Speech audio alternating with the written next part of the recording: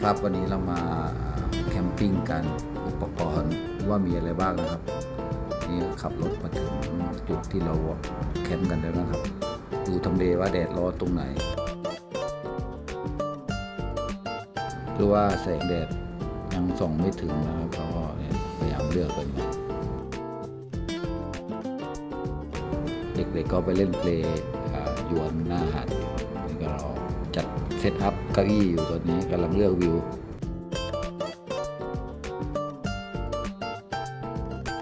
มันสีจะเจ๋นๆหน่อยไม่เป็นไรเอาความกว้างของกลาวชีทปูกลาวชีทครับนี่หาวิวนี้ดีสุดพระอาทิตย์ตกล่องระหว่างต้นมะพร้าว2ต้นนี้พอดีเลยครับพระอาทิตย์ตกตรงนี้พอดีเลยเราก็เลยเลือกวิวนี้ที่กลางเต็นท์จะเป็นตัวเต็นท์จะเป็นของโกแมนนะครับโดมเอสนะครับตัวนี้เป็นอินเต็นท์นะครับกลางง่ายแล้วก็เราก็จะปูคอร์ดเตียงของโคแมนครับเป็นโลคอร์ดของโคแมนนะครับปั้มกันเหนื่อยลืมดูคลิปเบื้องต้นต้องประกอบด้านในนะครับถ้าประกอบด้านนอกแล้วมันจะเข้าไม่ได้ครับต้องประกอบในเต็นท์เลย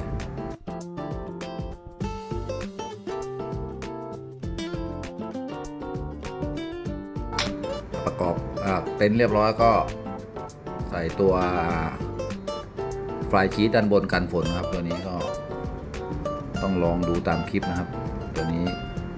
ปั้มกันเหนื่อยเหมือนกันกว่าจะได้ ดีนะมีพี่หยองมาช่วยถ้าไม่มีพี่หยองนี่ตายแน่นอนเลยปูไฟชีทด้านบนก็ไม่ได้ดูคลิปเหมือนกันกว่าจะปูกันได้ก็เหนื่อยครับใส่เข้าใส่ออกเสร็จเรียบร้อยแล้วก็เซตอัพตามรูปครับออกมาประมาณแนวนี้ครับนี่ก็เสร็จกันเรียบร้อยแล้วก็มานั่งย่างบาร์บีคิวกันนะครับเดี๋ยวก็ผมจะปล่อยเสียงปกติเลยนะไม่ได้เสียงภาคอันนี้ก็ฟังเสียงของธรรมชาติเสียงคลื่นทะเลกับการย่างเนื้อบาร์บีคิวเบาๆจิบเบียร์เย็นๆไปก่อนนะครับฟังเสียงกิจกรรมในครอบครัวของผมไปด้วยแล้วกันนะครับนี่คือน้อยมากที่จะพร้อมหน้าพร้อมตา4 คนนะครับก็เลยอยากอยู่กับธรรมชาติที่เงียบ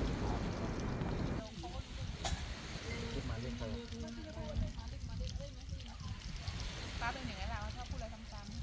ๆที่ลบกันเพราะอย่างนี้แหละเอาใครมาเอาใครมาเอาทอดเลยไหมทอดเลยนะเปิดดีเลยมันเรื่องจริงลูกแรกของใครอันนี้ก็ข้าวข้างเดี๋ยวลูกกันนะฉันรู้สึกมันเป็นความรู้สึกของฉันข้าวข้างเป็นตัวเองทั้งนี้ก็ไม่ได้นะตู้ใหญ่อยู่ข้างไหนเลยมันหมูที่เขาเนี่ย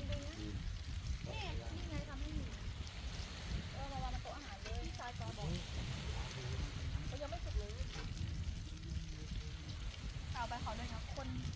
กูขอก่อนต้องต่อไปเอาดูขอ2 ลูกเพื่อเป็นผีนะเธอผีนิดไม่ดีตัวอีมันพับเพิ่มไปเลยทั้งกลางดีๆก่อนนะเก็บได้นะลุกขึ้นยืนก่อนเลยลูกอุ้ยน้ำจิ้มมันน่ากินก่อนน้ำจิ้มหน่อยดิเกี่ยวไหมอันเกี่ยวหยิบก็ขาเลยลูกก่อนลูกมาผู้ไว้ลูกก่อนนี่เป็นตำเลยจบลูกทำมาน้ำจิ้มอร่อยนั่งจิ้มแซ่บอร่อยไอติมก็ปกติจะไม่ค่อยชอบทะเลเท่าไหร่ชอบแดดไม่ค่อยชอบร้อนชอบแดดเท่าไหร่ครับวันนี้ก็สนุกสนานอารมณ์ดีเห็นลูกอารมณ์ดีทั้งคู่เห็นแฟนอารมณ์ดีก็เราก็แฮปปี้แล้วเห็นลูกไม่เครียดแฟนไม่เครียดทุกอย่างก็แฮปปี้เนี่ยวันนี้มาฟังเสียงธรรมชาติกันกระตีนขอแล้วจิ้มดิ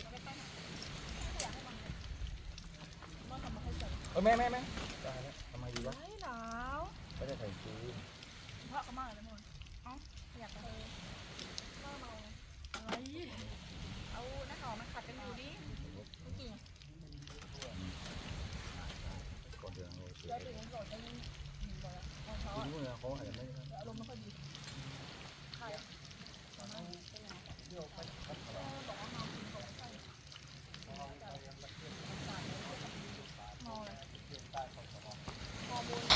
อ้ยหล่นเหรอน้ ต่อด้วยไอ้คลิปนี้คือมาเซตหลังจากเซตอัพไฟเรียบร้อยแล้วเราก็มาจัดมันมีแทงน้ำด้วย มันมีแทงน้ำดื่มเอาไว้เวลาไปเล่นน้ำทะเลมาไว้อาบน้ำได้ข้างหน้านี้ก็เลยวางไว้ประมาณนี้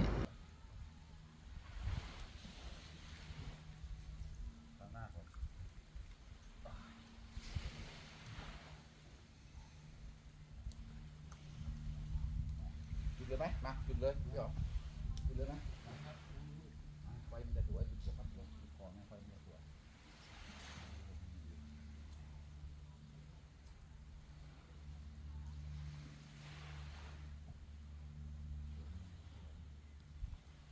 กินกาแฟยุเนี่ยเห็นไหมมันจะเห็นชัดติด2 วันนะตะเกียงวันนี้เป็นตะเกียงน้ำมันของโคเมนะครับ มันก็เป็นตัวเก่าไปซื้อในมือสองมาในตลาดตะเกียงน้ำมัน มันทำให้นึกถึงสมัยเก่าแล้วครับตะเกียงน้ำมันใครจะมีแล้วก็จะชอบ มันจะมีความคลาสสิกของมันในแสง แล้วก็ได้ความวอร์มอุ่นๆคือมันจะมีไออุ่นๆจากความร้อนจากตะเกียงใครจะเคยมีก็จะรู้แล้วครับว่าอารมณ์เนี้ยว่าเป็นยังไง ำออกแล้วยกออกเดี๋ยวแป๊บ2 นาที ข้าวที่หุงมากับหม้อ อันนี้ข้าว เดี๋ยมาดู ข้าวที่หุงไว้ครับก็ จะปล่อยชมทำแบบไปพลางๆนะระหว่างนี้ อันนี้ทำแบบที่เราหลังจากเซตอัพก็ปล่อยเด็กๆไปเล่นเบาะกันที่ทะเลนะครับ อันนี้ก็เป็นเบาะรองนอนซื้อมาจากTikTokนะครับ เป่าลม เป่าแล้วเรียบร้อยก็ไอติมกับน้ำกินก็เอาไปลองก็มันไม่ได้ลอยแล้วแหละ แต่ว่ามันก็ไม่ได้จะแข็งมากก็เอาเป็นพยุงเผื่อไว้ครับ ก็มีดีกว่าไม่มีนะครับนี่ครับแล้วก็คลิปนี้ก็จะเป็นการเป่าลมของเบาะนะครับหลังจากเกะออกมาจากถุงก็ให้น้ำขิงเป็นคนเปิดดูแล้วก็แต่พ่อป๋าจะเป่าลมให้ดู ใช้ส่วนมากเบาะเป่าลมเขาใช้ง่ายใช้ปากเป่าแต่นี่ผมเอาที่เป่าลมของมาด้วยนะครับก็เลยใช้ที่เป่าลมนี้ดีกว่า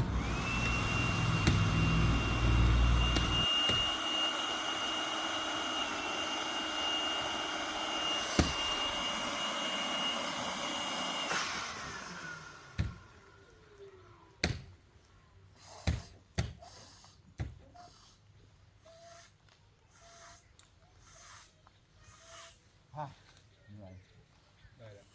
เอาขอบคุณหมาแล้วพี่เดี๋ยวมากินเบียร์นะตอนเย็นนะเลิกงานนะ เมารถมาเพื่อให้ ได้พี่ขอบคุณมากเลยทำไมพวกเขารู้นอนนี่เลยเหรอ ไม่เจอ สาเหตุก็มาจากรถนี่แหละมาจอดเอาของลงเสร็จแล้วก็สตาร์ทไม่ติดปัญหาน่าจะเป็นใจสตาร์ทครับสตาร์ทไม่ติดไม่ซีเรียสก็ให้น้ำขิงเอาบอกไปเล่นน้ำมันก่อนคิดว่าลอยนะระวังหินในน้ำด้วยนะลูก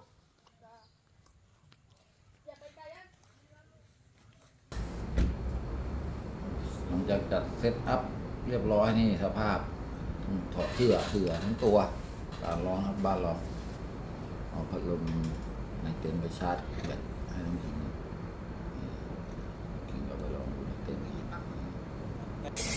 ข้าว ข้าว1 ส่วนน้ำ2 ข้าวสาร1 ส่วนน้ำ2 ส่วนหุงหม้อขนามครับเรียบร้อยนี่ลองผมไปดูครับง่ายๆเข้าสุกเรียบร้อย10 นาทีสังเกตจากฝาหม้อถ้ามีน้ำข้าวเปียกนะ ข้าวไหลออกมาก็ยกออกมาตั้งไว้ข้างนอกของข้าวมันจะสุกของมันในตัวเองเรียบร้อย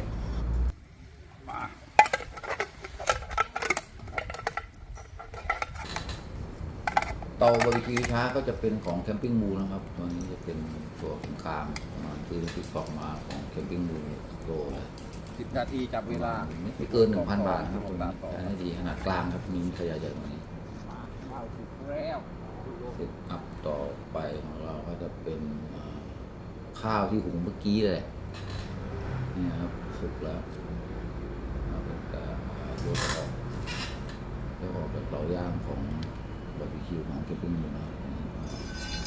พอดีมีกระทะเหล็กรอมาด้วยเราจะใช้ย่างหมูก่อนแล้วก็ทอดไข่ดาวเอามา2 ใบอย่างนี้ นี่นะพี่อ๋องเจ้าของดูแลสถานที่ให้เราน่ารักที่สุดเลยอะพี่ชายที่น่ารักครับ ไม่ได้เจอนานแฮปปี้มากเวลาเจอมันคุยแล้วมีเรื่องคุยเยอะแยะ ตั้งอีกนิดนึง เดี๋ยววันนี้เราจะ หุงข้าวให้พี่อ๋องกิน ย่างหมู เป็น พั พี่ ง อ๋ ไหม องก็ใจดีวันนี้ทำปลาทอดปลาหลังเขียวทอดกับน้ำจิ้มสุกเอาเหนือมาให้ทานด้วยครับนี่เราย่างหมูเลยสามชั้นแมคโครนะครับไม่มีหนังนะตรงนี้ครับไม่ต้องพากเป็นสิ่งปกติดีกว่า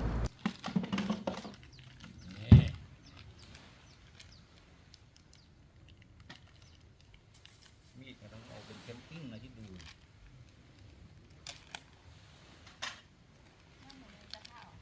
ย่างมันนี้ดีกว่าทักถ้าให้มันดีนะถ้าย่างมันนี้กลัวมันควันมันถ้าสดเลย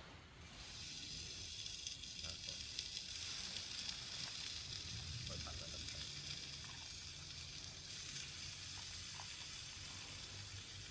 ย่างนะย่างได้สองแบบหมู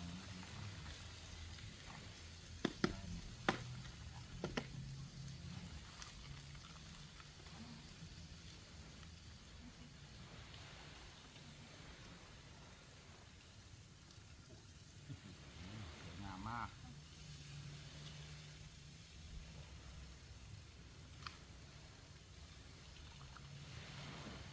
ซึ่งขอเกลือหน่อยไม่มีเกลือเกลืออย่างเดียวเกลืออย่างเดียวเกลืออย่างเดียวเกลืออย่างเดียวเกลือมันช่วยอะไรที่นี่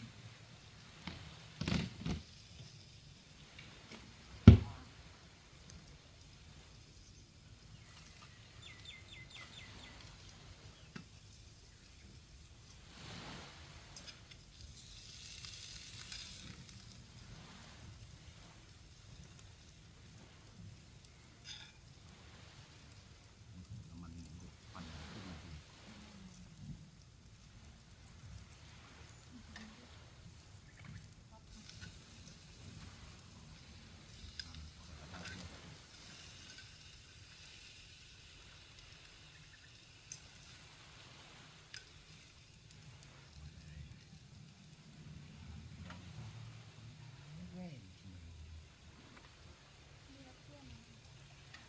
นี่ลองที่นี่มาตั้งใช่ไหมลองไปดูตัวเอง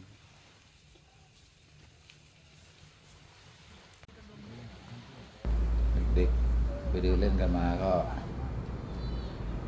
กลับมาอากาศลมกำลังดีครับอากาศ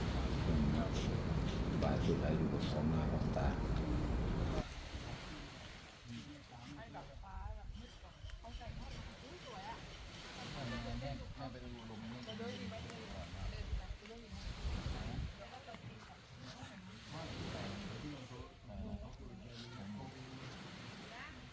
หนูลงไปเดินเล่นได้ไหม อันนี้มันไงกันบ้าง โทรศัพท์แม่ มีมันในตัวหมูไม่ใส่น้ำมัน แต่ว่าไม่ใช่ หมูใส่น้ำมัน ขายแบบนี้จะทำแบบเดี๋ยวมาขอให้ได้มาด้วยต้องเอา หมูใส่น้ำมัน ร้านมาใช้ขายทำแบบนั้นแหละเดี๋ยวมาขอให้ไม่ต้อง เอาอะไรโอเค ใส่มาไม่ แม่ จะเล่นไหม ใส่น้ำมันเลย แม่หมุนอะไร หนูเอาเสร็จไลท์ไปไหมตัวไอ้ไปฉายไปไหมลูกเอาไปไหมไปฉาย เป็นเรื่องดีเดี๋ยวจะไปเยอะอุ้ยแจ้งกดใคร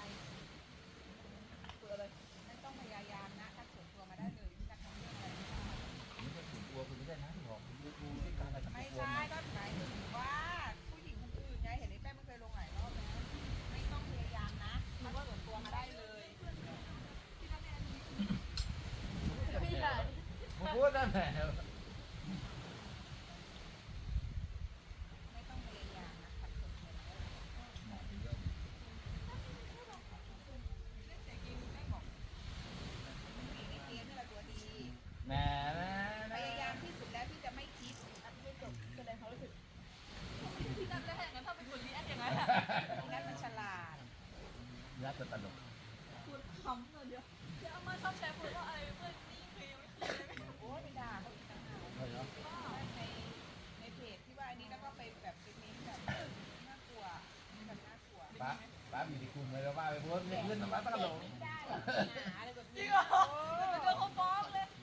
เลยตรงนี้บ แล้ อ ว กว่า ทีนี้เขาก็จะแบบว่าเขามาส่องดูไม่รู้ว่าเป็นแม่ใคร ไม่เจ๊ รู้หมดว่าเป็นแม่กูเลยแล้วเป็นแม่ด่าอะไรเนี่ยไม่หรอเอาดีๆที่เป็นนั่นเหรอ ป้าอยู่ในกลุ่มขายที่พังงาด้วยนะเจ๊แล้วป้าเขาโพสต์ขายที่นะแล้วก็โพสต์แบบไปขายไม่ครบป้าไปว่าเว้ยโพสต์ขายทำไมที่กันกูไม่กล้ากดถูกใจขายที่เลย จริงเหรอโคด่าเขามาไปด่าเขาอ่ะ มาอยู่ทุกกลุ่มอ่ะหนูเอาไปฉายไหมลูก เอาไปเดี๋ยวหาย สั่งขึ้นคือว่าเป็น